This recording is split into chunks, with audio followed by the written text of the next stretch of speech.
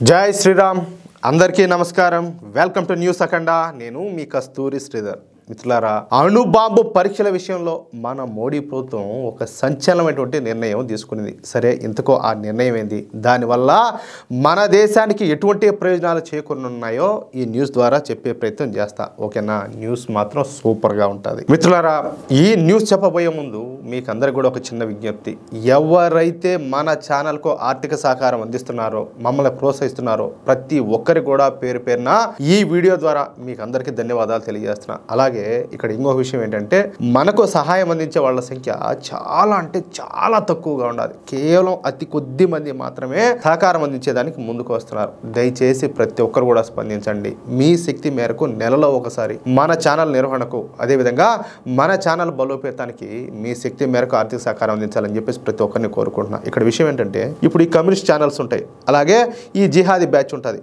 వాళ్ళకు మాత్రం కుప్పలు తెప్పలుగా ఫండింగ్ వస్తూ ఉంటుంది కాబట్టి వాళ్ళు మన దేశానికి వ్యతిరేకంగా ధర్మానికి వ్యతిరేకంగా వాళ్ళ ఇష్ట ప్రకారం అబద్ధపు వార్తలన్నీ కూడా ప్రచారం చేస్తూ ఉంటారు కానీ మన దేశం కోసం మన ధర్మం కోసం నిజాయితీగా మనం వార్తలు అందిస్తూ ఉంటే మన వాళ్ళకు చాలా మందికి సాయం చేయడానికి మనసు ఒప్పడం లేదు దయచేసి ప్రతి ఒక్కరు కూడా ఆలోచించండి మా ఛానల్కి ఆర్థిక సహకారాన్ని అందించండి స్క్రీన్ మీద వచ్చేసి QR కోడ్ ఉంటుంది అలాగే కింద వచ్చేసి గూగుల్ పే పేటిఎం నెంబర్లు ఉంటాయి అలాగే కామెంట్ బాక్స్లో మీకు అకౌంట్ డీటెయిల్స్ కూడా ఇస్తాను ఒకవేళ ఏ విధంగా ప్రయత్నం చేసినా మీకు పేమెంట్ చేయడం కుదరకపోతే అదే నెంబర్కి వాట్సాప్ ఉంటుంది నాకు ఒకసారి వాట్సాప్లో మెసేజ్ చేయండి ప్లీజ్ సపోర్ట్ చేయండి సరే ఇక న్యూస్ విషయానికి వస్తే అణుబాంబును మొట్టమొదటిగా తయారు చేసింది వచ్చేసి అమెరికా జూలై 16వ తేదీ 1945లో అమెరికా న్యూ మెక్సికోలోని అలో మగాడ్ ఎయిర్ బేస్లో ఈ ట్రింటీ టెస్ట్ పేరుతో మొట్టమొదటి అణుబాంబు పరీక్ష అయితే నిర్వహించింది ఇక ఆ సంవత్సరమే అమెరికా ఈ అణుబాంబులను జపాన్ మీద ప్రయోగించింది జపాన్లోని హిరోషిమా అలాగే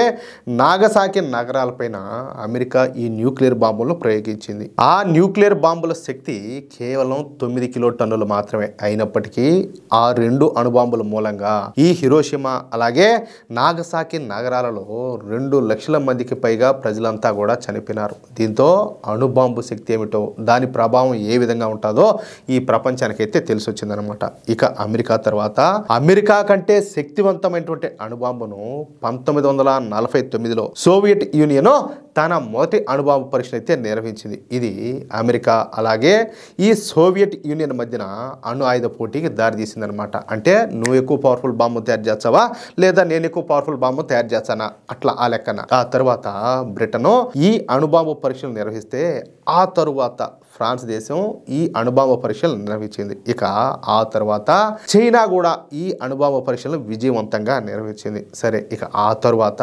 1974లో మన భారతదేశం కూడా ఈ అణుబాంబు పరీక్షలను విజయవంతంగా జరిపింది అయితే ఆ అణుబాంబు శక్తి చాలా తక్కువ అనమాట ఇది మన వాళ్ళు పరీక్షించింది పైగా ఈ అమెరికా బ్రిటన్ ఫ్రాన్స్ లాంటి అగ్రదేశాలు భారత్ మీద తీవ్రమైన ఒత్తిడి తీసుకురావడంతో భయపడిపోయినటువంటి అప్పటి మన దేశ ప్రధాని ఇందిరాగాంధీ ఆ అణుబాంబు పరీక్షలను అక్కడితో నిలిపేసింది ఎవరో వీళ్ళంతా కూడా ఐరన్ లేడీ అని చెప్పేసి పెద్ద గొప్పగా పెద్ద ఏదో ఆవిడేదో ధైర్యవంతురాలని చెప్తా ఉంటారు కదా ఆవిడ ఇక 1996లో మన భారతదేశంలో అటల్ బిహారీ వాజ్పేయి గారి ప్రభుత్వం ఏర్పడింది అప్పటి నుంచి మళ్ళీ మన దేశంలో ఈ అణుబాంబు పరీక్షలకు సంబంధించినటువంటి ప్రక్రియను మన భారత ప్రభుత్వం రహస్యంగా నిర్వహించిందనమాట దీంట్లో మన మాజీ రాష్ట్రపతి అయినటువంటి అబ్దుల్ కలాం గారు కూడా కీలక పాత్ర పోషించినారు ఏ దేశానికి కూడా అనుమానం రాకుండా అత్యంత గోప్యంగా ఈ అణు కార్యకలాపాలను భారత్ అయితే సాగించింది ఇక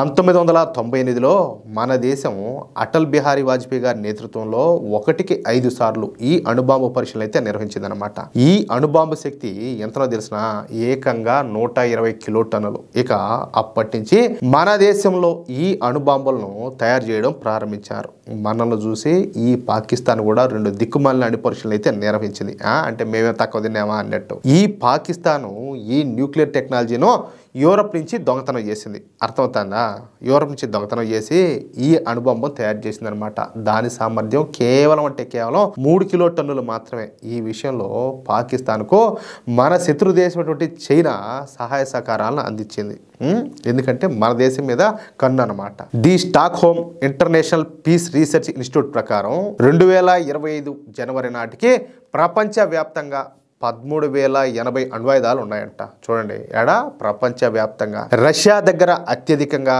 ఇక ఉత్తర కొరియా దగ్గర అత్యల్పంగా ఈ అణుబాంబులు అయితే ఉన్నాయంట.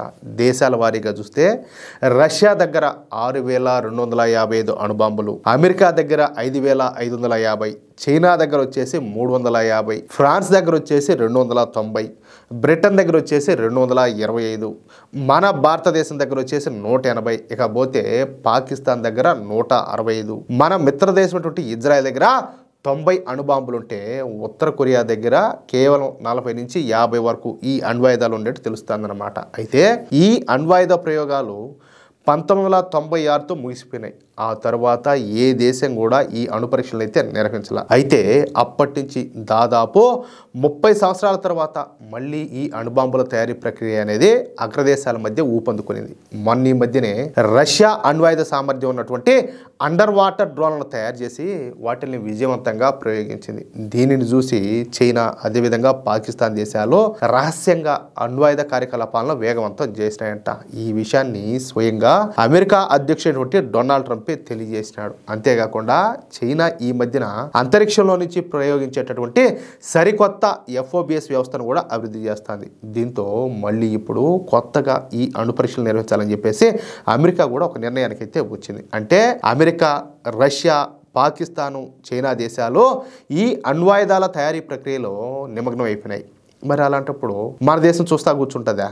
ఇప్పుడు చైనా మన శత్రు దేశం, పాకిస్తాన్ మన శత్రు దేశం. ఓన్లీ అణ్వాయుధాలు మళ్ళీ తయారు చేస్తా, వాటికన్నీ లేని పని ప్రయోగాలని చేస్తా ఉంటే మనమే చేతులు కట్టుకుని కూర్చుంటామా? ఏమి ఉండేది ఇందిరాగాంధీ ప్రభుత్వమా? కాదు కదా. అందులోనూ మన దేశంలో ఉన్నటువంటి నరేంద్ర మోడీ ప్రభుత్వం చేతులు కట్టుకొని కూర్చుంటుందా? అస్సలు కూర్చోదు. ఎందుకంటే దమ్మున ప్రభుత్వం మోడీ ప్రభుత్వం. అందుకే సాధ్యమైనంత త్వరగా మరో 5 అణు పరీక్షలు నిర్వహించడానికి మన భారత్ కూడా సిద్ధపడతానని చెప్పేసి జాతీయ మీడియాలో కథనాలన్నీ కూడా వెలువడుతున్నాయి. ఈసారి 100కు 100% ప్యూరిఫై చేసేటువంటి యురేనియంతో భారత్ ఈ అణు పరీక్షలు నిర్వహిస్తున్నట్టు తెలుస్తుందన్నమాట. అంతేకాకుండా ఈసారి అత్యంత శక్తివంతమైనటువంటి ధర్మో అణుబాంబు పరీక్షలు నిర్వహించాలని చెప్పేసి మన భారత ప్రభుత్వం తలపోస్తుంది. అంటే ఒకే ఒక ధర్మో అణుబాంబు ప్రయోగిస్తే చాలు చైనా దేశం మొత్తంగా సర్వనాశనం అయిపోతుంది. కేవలం ఒక్కటి చాలు. అంతటి శక్తివంతమైనటువంటి అణుబాంబు పరీక్షలు నిర్వహించి భారత మన శక్తి సామర్థ్యాలను ఈ ప్రపంచానికి చూపించాలని చెప్పేసి ఇప్పుడు తాహతాహలాడిపోతాను. ఇందుకోసం రాజస్థాన్ ఎడారి ప్రాంతాన్ని ఇప్పటి నుంచే మోడీ ప్రభుత్వం సిద్ధం చేస్తూ ఉన్నట్టు వార్తలు వస్తున్నాయి. ఇక ఏం జరగబోతుంది అనేది కాలమే నిర్ణయిస్తుంది. అయితే ఈ అణు పరీక్షల విషయంలో మాత్రం మోడీ ప్రభుత్వం వెనకడుగు వేసే ప్రశ్నే లేదని చెప్పి తెలుస్తుంది. అది కథ. చూద్దాం ఏం జరుగుతుందో. అయ్యా గతం అయిపోయింది. ఏది అప్పుడు ఈ కాంగ్రెస్ పార్టీ అధికారంలో ఉన్నప్పుడు కేంద్రంలో దేశాన్ని సంఖ నాకిచ్చింది. ఎవడు డుమ్ అన్నా కూడా వీళ్ళు గడగడ పదిరితిరి. ఇప్పుడు అట్ట కాదు కదా. దమ్మున్న నాయకుడు మన ప్రధానిగా ఉండాలి. దీని అబ్బా వాడు ఎవడైనా ఏ దేశమైనా కానీ డోంట్ కేరింగ్, మనం చేసేది మనం చేసుకుంటా పోతాం, దాంట్లో తగ్గేదేలే. అది విషయం. అయితే మిత్రులారా, ఈ న్యూస్ కనుక మీకు నచ్చినట్లయితే ఖచ్చితంగా ఈ న్యూస్ నలుగురికి షేర్ చేయండి. అలాగే ప్రతి ఒక్కరూ కూడా మీ యొక్క అమూల్యమైనటువంటి అభిప్రాయాలను కామెంట్ రూపంలో తెలియజేయండి. ఇంకో విషయం ఏంటంటే, ఇంతవరకు మీరు కనుక మన ఛానల్ను సబ్స్క్రైబ్ చేసుకున్నట్లయితే ప్రతి ఒక్కరు కూడా మన ఛానల్ను సబ్స్క్రైబ్ చేసుకోండి, సపోర్ట్ చేయండి ప్లీజ్. జై శ్రీరామ్, జై హింద్.